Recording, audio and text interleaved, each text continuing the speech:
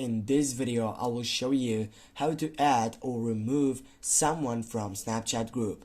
Firstly, you need to get up into that application, then you need to go right down in that second selection to take up on your chat section. When you get right over there and you find out a group section in which you want to firstly add and then remove that person from that group.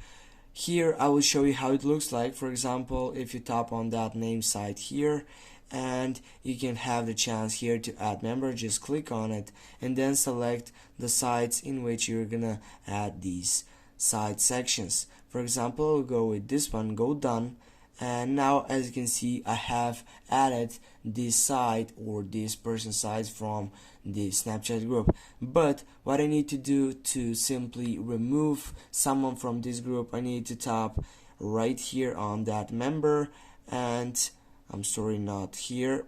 First to get up to the group section, and then if I go on the three dots, as you can see here I have many different options in which it could be included that site to remove this person from that group.